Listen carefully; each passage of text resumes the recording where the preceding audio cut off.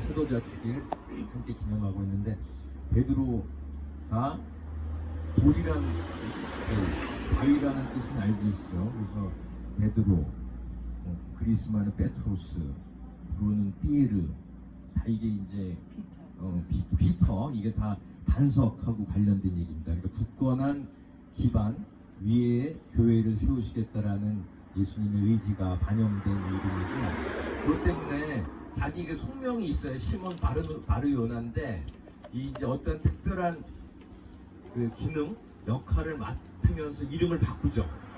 그래서 우리가 우리 좋은 전통 중에 하나가 이제 어린 유럽 아이들은 태어나면서부터 그 이름이 붙여지는 이름 자체가 이제 세례명인 경우가 상당히 많아요.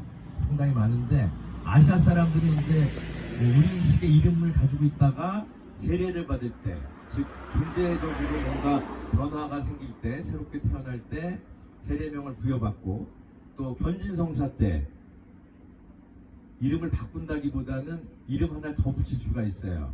그래서 내가 이제 마리아라는 세례명을 가지고 있었다. 견진성사 때 요셉을 붙여서 요셉 마리아, 마리아 요셉 이렇게 붙일 수가 있다고요. 그래가지고 유럽에 가면은 그 왜 저기 세례명을 갖다 두 개씩 붙인 애들 많아. 요한 바오로, 장마리, 요한 루카 요한, 마리 요셉 이런 식으로 이름 붙인 친구들이 많은데, 다 그런 연유라고 생각을 합니다. 즉 자신에게 자신의 신앙생활을 좀 더 한 단계 업그레이드 시킬 수 있는 그런 계기를 스스로에게 마련한다고 보시면 좋을 것 같습니다. 그래서 오늘 시몬 바르요나가 베드로라는 이름을 부여받고 어찌 역사적으로는 초대 교황이 되는 거죠. 일대 교황. 우리로서는 우리가 바라보는 입장은 초대, 그러니까 하느님의 대리자, 지상 대리자가 되는 그 사건을 기념하고 있습니다. 그런데 사실은 생각해 보세요. 베드로가 온전한 사람 아니었죠. 오히려 우리가 복음을 통해서 보면은 끝까지 십자가 밑을 지켰던 사람이 사랑받는 제자 요한이라고 추정이 되는데, 그러면 그 사람을 갖다가 하느님의 지상 대리자 첫 인물로 앉힐 수 있었는데 왜 베드로 나중에는 무서워서 도망가고 나는 주님을 모른다라고 3번이나 부정한 사람을 갖다 앉혔는가? 하느님의 뜻이었죠. 하느님의 뜻. 그래서 예수님도 네가 아니라 하느님께서, 성령께서 너에게 알려주셨다 라고 말씀을 하신 거고, 그대로 그 뜻을 받아들입니다. 그래서 우리가 이제 살아가는데 사실 하느님은 우리에게 어떤 분이신가, 예수님은 나에게 어떤 분이신가, 예수님께서 물어보시면 뭐라고 대답하실지 한 가지씩은 준비하고 계셔야 돼요. 그래서 내가 그게 나의 개인적 차원의 신앙 고백이 될 수 있습니다. 우리가 공식적으로 신앙 고백하는 것은 전능하신 천주성부 천지의 창조주 주님이나이다. 이게 이제 공식적인 거라고 하지만, 유니버설하고 보편적인 거라고 하지만, 실제로 어디서 신앙 고백이 시작됐냐면은 주님께서는 나의 구세주이십니다. 여기서 시작된 거예요.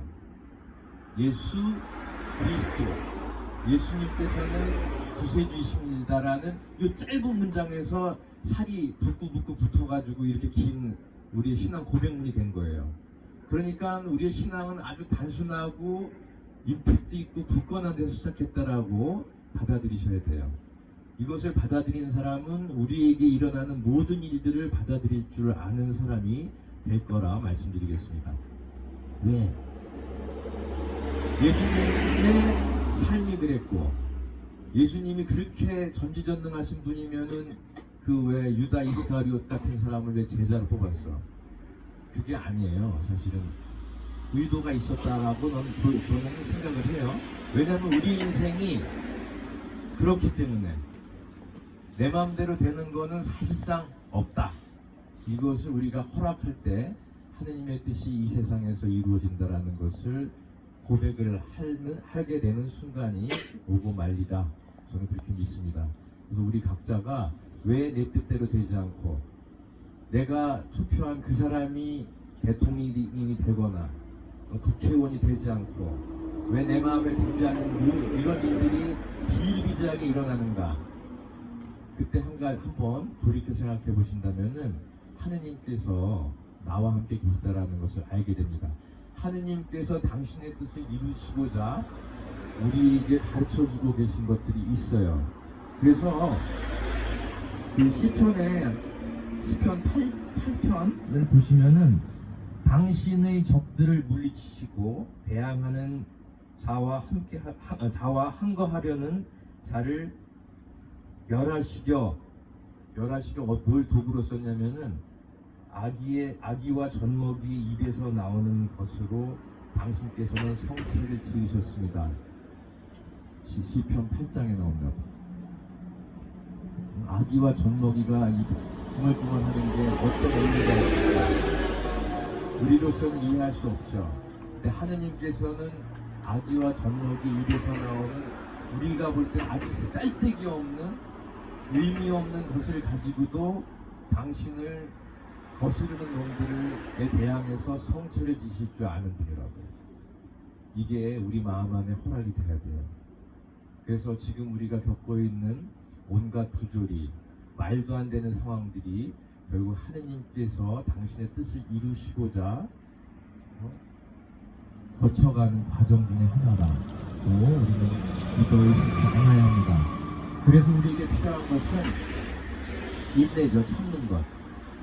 참아내는 것이 우리에게 중요하고, 그래서 최근에 이렇게 기억나는 이야기 중에 하나가 아마 유시민 작가께서 어느 방송에 나와서 하셨던 이야기인데, 왜 그 계엄 터지고 나서 12월 3일 계엄 터지고 나서 당신이 회고했던 내용 중에 하나가 80년 그 계엄 확대 조치가 생겼을 때 그 학생 운동하던 친구들이 대부분 다 잡혀갔거든.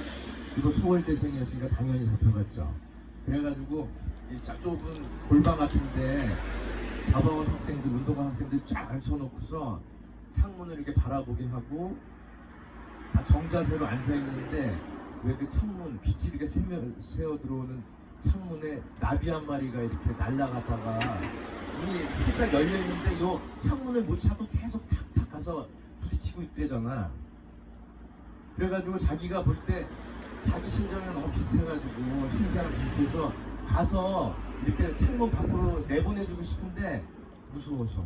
왜? 뒤에 그 군인들이 딱 곤봉 들고 서가지고 움직이면 다 그냥 죽인다고 하고 있으니 얼마나 무서워요. 그래서 정제사를 하고 있는데 누가 싹 일어나더래 저쪽에서. 그러더니 조용히 가가지고 나비를 딱 잡고 창문 밖으로 내보내고 다시 조용히 와서 앉는데 심지어 군인들도 안 건드리더랍니다. 기적 같은 일이죠. 사실은 그 안에서 기적을 바라는 것 자체가 별로 얼마나 의미 있겠습니까만은 거기서 곤봉을 당장 휘둘러도 아무 말 못할 상황에 그 일을 한 거야, 그 사람이. 그래서 나중에 그 갇혀 있는 상황에서 교도소 안에서 수소문을 했대. 그 사람 누군가. 그랬더니 들린 얘기가 어느 천주교 수도자라는 그 이야기를 들었어요. 그 나중에 기회가 돼가지고 그분께 찾아가서 종교를, 신앙을 갖게 되면은 두려움이 사라집니까? 라고 물었더니 그분이 두려움이 사라지거든요. 저도 그때 무서웠죠. 그리고 어떻게 그 일을 했냐고 그랬더니 해야 될 일이었던 것 같고 참았대. 무서워도 참은 거래. 다른 이유가 없었대요. 그러니까 맞을 각오를 한 거죠. 그래서 우리에게 사실은 인간적인 존엄함, 가장 하느님을 닮은 모습은 그러한 공포스러운 상황을 떨쳐 일어나는 그 용기를 가진 사람으로부터 비롯된다고 볼 수 있습니다. 아우슈비츠에서도 그랬고, 사람들이 죽어나가는데 막시밀리안 꼴배 신부님이 제가 대신 죽겠습니다. 미친 짓이에요. 왜냐하면 생각해 보세요.